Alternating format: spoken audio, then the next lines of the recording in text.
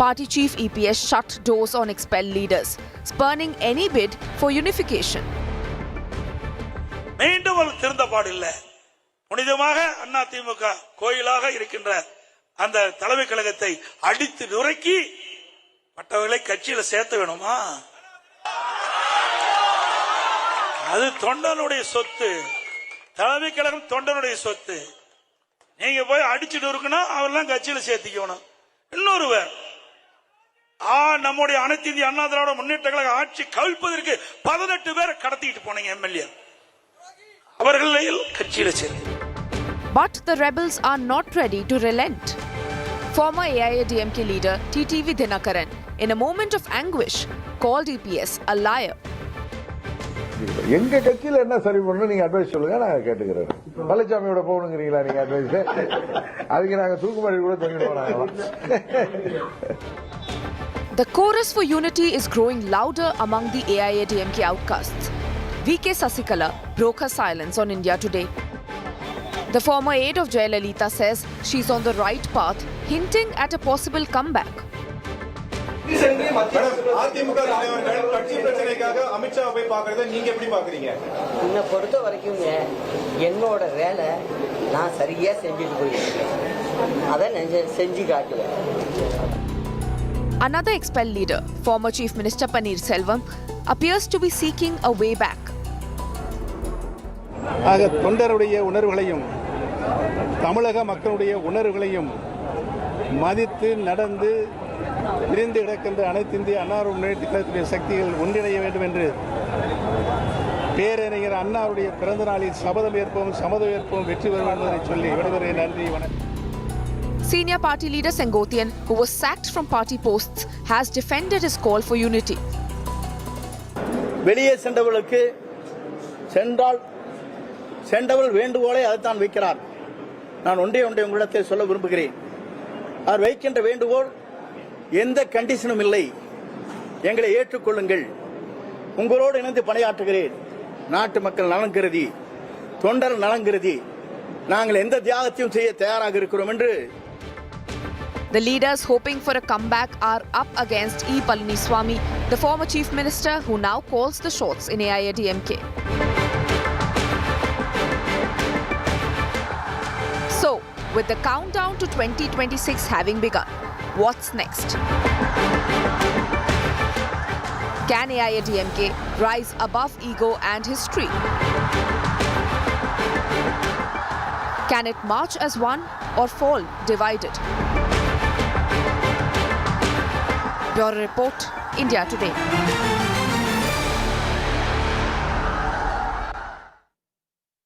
Okay, let's open this up. Joining us here on Super 6 is Dr. Sumansi Raman, political analyst. We also have senior journalist Shekhar Iyer with us. Good evening to both of you. Thank you for your time. Dr. Sumansi Raman, I'd like to begin with you. Amid all of this talk, debate, where do you really stand? Do you think that it should be a unified force taking on the DMK, that all of these former leaders, these factions, all join hands with the AIADMK or the NDA? Look, Akshita, the question of them joining the party does not arise. They are a potential source of huge instability to the AIADMK, and I think Mr. Edappadi Palaniswamy is 100% right when he says that they cannot be readmitted. The question is, can they have an electoral alliance with the AMMK, which is Mr. TTV Dinakaran's party, and some kind of arrangement with Mr. OPS, should he form a political party of his own or attach himself to some political outfit? The question only arises of an alliance. There is no way, and there is no great demand or clamor from within the AIADMK. Look, 95% of the party is solidly with Mr. EPS. There is no threat to his leadership at this point of time. So the rebels will do very well to understand that they stand a much better chance of trying to get into some kind of an electoral understanding or alliance. And the BJP also has a role in this. It is clearly seen to be one of the reasons or one of the players that is destabilizing the AIADMK and destabilizing Mr. Palaniswamy. So I think the BJP also has a lot to answer for. Mr. Amit Shah meets Mr. Sengotian, or is alleged to have met Mr. Sengotian in Delhi, after the man has given a 10-day ultimatum to your alliance partner in Tamil Nadu. I mean, what kind of signal does that send to you, to the alliance? So I think So do you that think the meeting that BJP has happens all- today between EPS and Amit Shah will be more of the AIADMK telling the BJP what the terms and conditions are for this alliance to work out? I think so. I really think that Mr. Edappadi Palaniswamy is tired of this constant, issue of the BJP weakening the alliance. And quite frankly, when I spoke to an AIADMK leader recently, he said, "Sir," and Tamil. So he said, in English, he said, "We don't know which side the BJP is batting for. We don't know if they are actually on the side of the DMK working to defeat us in the next election by being an alliance partner and then cannibalizing us." And there was a very valid reason for him to think that way. So I think the BJP faces a serious crisis, crisis of trust deficit with the AIADMK. And I would not be surprised if at some point in future, if the BJP does not mend its ways, the AIADMK decides to break the alliance. Whatever be the consequences of breaking such an alliance are, and maybe reach out to Vijay's TVK, even if Interesting if that actually happens. You know, It is in the last last 2 or 3 week months when they're trying to work out at the something. India Today Conclave South, I had a conversation with Mr. Annamalai. He made a very public pitch for unity. Mr. Shekhar Iyer, the messaging from the BJP and those who've spoken out for all these factions to come together, they say that, look, we stand our best chance together. Don't let votes get cut.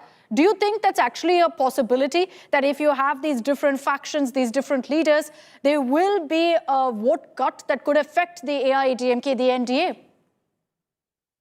No, Akshita, even those who are, pleading for unity, particularly even those leaders, whether it is OPS, TTV or Sachikala, they are not even together.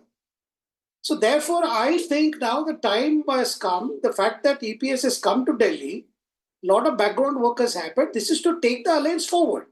There is going to be discussions on joint campaign and how to go forward, resource mobilization, etc., etc.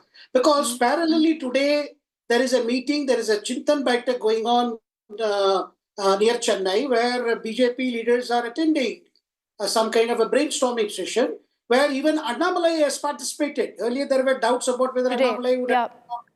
He has attended, and he has, from the reports that are coming from Chennai, that Annamalai has put on record that EPS current campaign has drawn crowds. And it is doing, better than anyone thought. So it's very clear, yes, the BJP would have desired that somehow the issue of attracting Tevar votes, particularly in southern districts, is sorted out. But obviously, that is not possible now because EPS and these leaders, since these leaders constantly are attacking him, I think BJP central leadership is not going to be further bothered about this, rather to take it forward. The best case scenario could be, there is some kind of understanding where some seats are given to BJP to somehow give it to these leaders, if it is at all possible. So that in the southern districts, the anti-DMK votes are not divided further. No, but the question also that comes up, Dr. Sumansi Raman, is whether we're seeing all of these sides, whether it's Sachikala, TTV Dinakaran, OPS, Senkotian, it's a long list. But are we seeing none of them actually being accommodated in the alliance just because of one man, because of EPS and the question mark over his leadership? Is that the only factor? No, I think we need to make a difference between these 4 or 5 names that you said. Look, Mr. Sengotian is close to retirement. He's not a major political force in that sense, except that his seniority is very, very senior in the party. He's been with the party since the inception. So that gives him his importance, but he's not a big charismatic vote puller. The only one who has got an established vote bank, even if it is 1.5%, 2%, but who could damage the AIADMK is Mr. Dinakaran. OPS again is not believed to have much of a vote bank, and neither does Sachikala. Is Sachikala believed to be a factor? In fact, not having Sachikala may be a better bet for the AIADMK. But the point is, you can't put everybody in one basket and say that OPS plus TTV plus Sachikala plus Dinakaran. It doesn't work that way. So, if at all, the mistake that Mr. EPS has made, it is in not firming up the alliance with the AIADMK, which is basically Mr. Dinakaran's party. Who actually sank the ADMK in 18 seats in 2021. The difference, what the votes that Dinakaran polled or his party polled, was more than the difference between the DMK and the ADMK candidate in 18 seats. So I think that is really where he missed a trick. But I think the other point I was making about BJP sniping, Mr. Annamalai, I think it was on the India Today conclave, and I think you spoke to him, Akshita. Is That's that right. a statement of a BJP leader in alliance with the ADMK to say there's no major anti-incumbency against the DMK government 6 months before an election? I mean, what Correct. kind of a statement is that? And that is the kind of problem that the ADMK and Mr. Edappadi Palaniswamy have been facing in Tamil Nadu.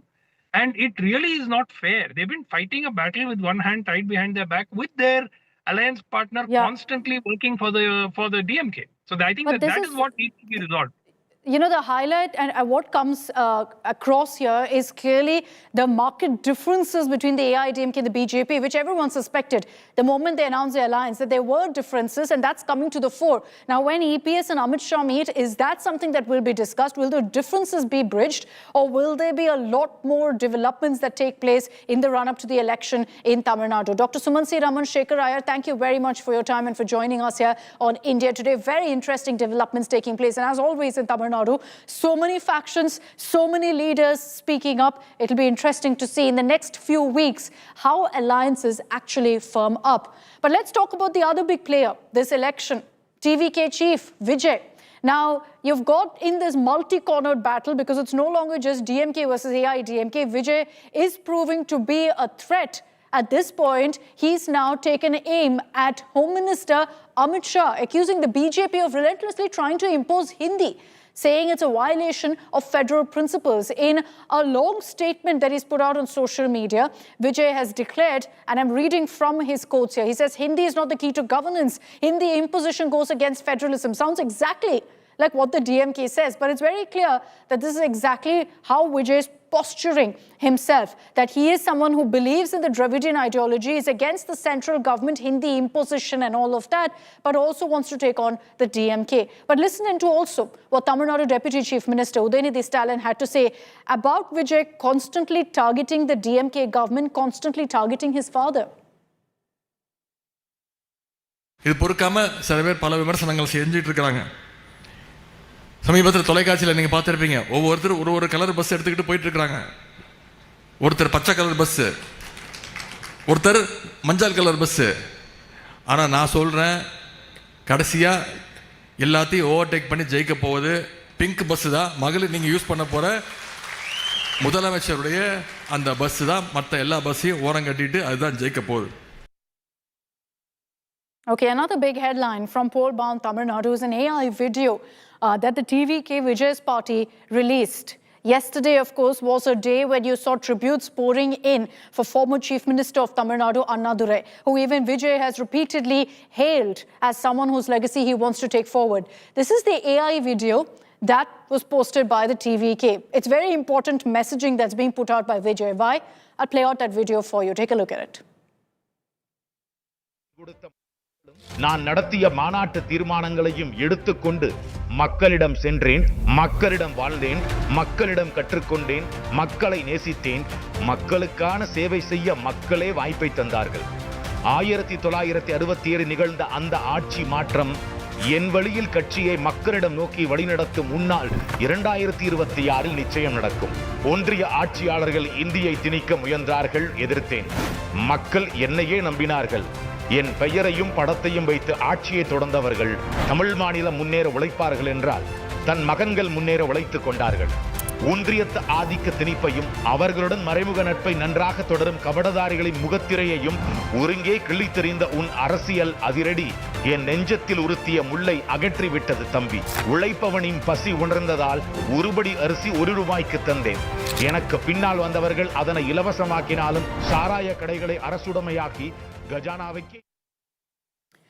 Okay, so that is the video that's been posted by Vijay's party. AI video that shows Annadure essentially in his voice speaking out in favor of Vijay. Let's move on from the southern states and get you the big headline that emerged with a confession that's come in from Pakistan. We broke it here on India Today, where the Pakistan Deputy Prime Minister Ishaq Dar has confirmed very much that India put its foot down, refused third-party intervention in ceasefire talks. And this is important because for so long now, you've had a narrative being attempted by Donald Trump, by America, that they mediated and ensured the ceasefire between India and Pakistan. India has repeatedly said it was a bilateral decision between India and Pakistan, repeatedly said there was no mediation.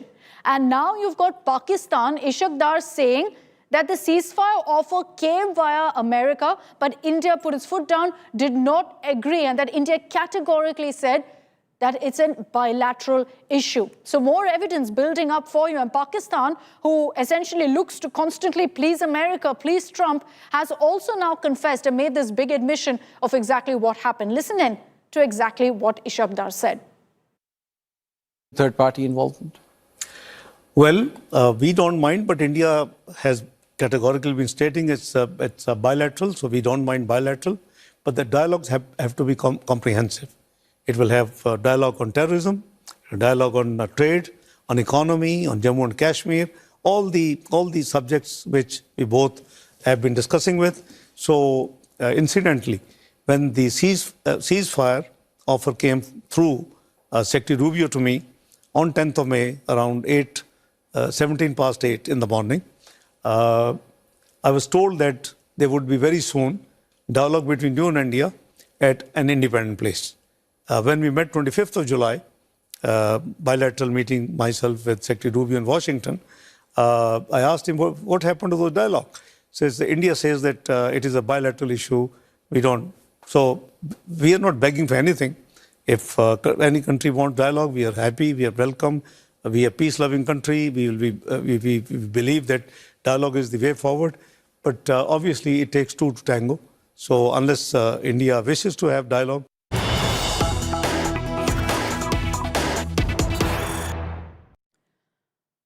And India-US trade talks have concluded. Remember that you had a representative from America in India for a quick 24-hour visit. After 7 hours, talks between India and America have ended. Negotiator David Lynch is currently in India just for a day, and essentially the idea is that the ground is set for the 6th round of negotiations. So no, this isn't the 6th round of talks. It's just a preparatory meeting for what's expected now in the days to come. Was there a breakthrough? Are we seeing some sort of development, positive development between India and America? We'll hopefully know in the hours to come. But after 6 hours, talks between India and America have come to an end. Now, what this will do is it will set the stage for the next round of negotiations between India and America. David Lynch, who is the US chief negotiator for this trade deal, is in India, but brief visit, just about 24 hours. We'll track the big takeaways very, very closely. And that's all we have time for in this edition of Super 6. Thanks very much for tuning in. Coming up on the other side is a sports special with Nikhil Nas.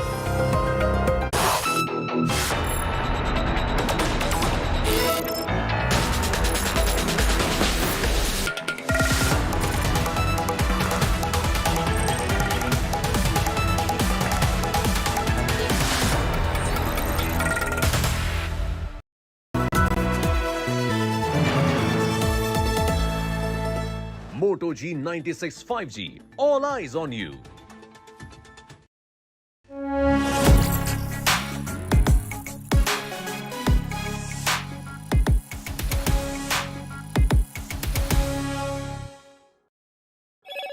Hello, Moto. Do the Moto Moto.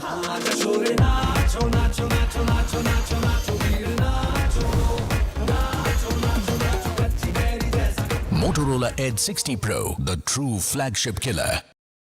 ये आपकी रक्षा के लिए और ये आपकी रक्षा के लिए। अरे ये क्या है? ये आपकी रक्षा के लिए और ये घर की रक्षा के लिए। न जले न पिघले, घर घर को सेफ बनाएं। Apar Anushakti fire protect wire.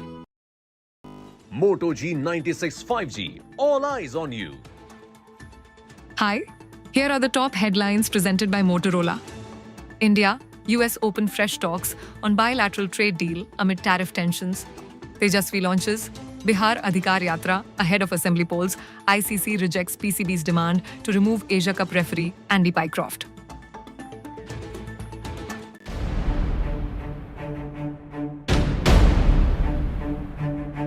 I think rather than lessons, it's a reminder for India that we're in a country where there's no political instability.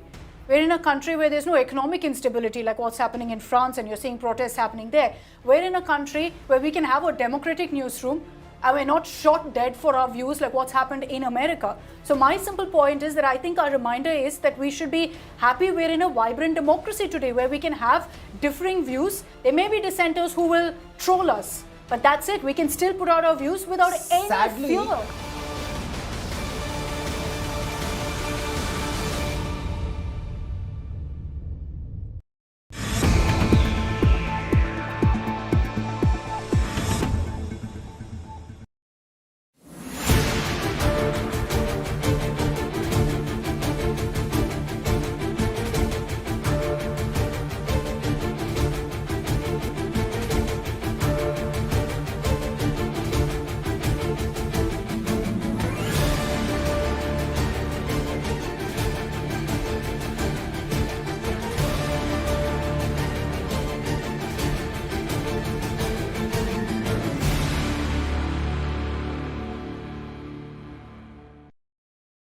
పడుతున్నాం చేసిన ఎఫర్ట్ ని సస్టైనబిలిటీ ఉండాలి. నిరంతరం ఇబ్బందులు లేకుండా కొనసాగించే పరిస్థితి ఇప్పుడు ఇండస్ట్రీ కూడా కొంత ఇబ్బందుల్లో ఉంది. గవర్నమెంట్ ఆఫ్ ఇండియా కూడా లెటర్స్ రాశాం. అన్ని విధాల అక్వా కల్చర్ ని ఆదుకోవడానికి ప్రయత్నం చేస్తాం. దాన్ని ఏమి వస్తాయని తీసుకొస్తాం. మీరు కూడా చేయాల్సింది రెగ్యులేట్ చేయండి. Had he spoken about the finances of the state, had he spoken about something else which is concerning and bothering the people, I would have welcomed his statement. This is just statements are to confuse the people, you know, and create unnecessary. To cover up all those issues which people face day to day. They don't want that to be on the prime time, so they keep on giving these kind of statements. Siddaramaiah should talk like a statesman, not like a partisan leader, and he should not impose his ideology of hating Hinduism, of hating majority community, of finding faults with the majority community, etc., etc. And he, as a chief minister, as the head of the state, he should always instill positive thoughts, positive ideas in the state.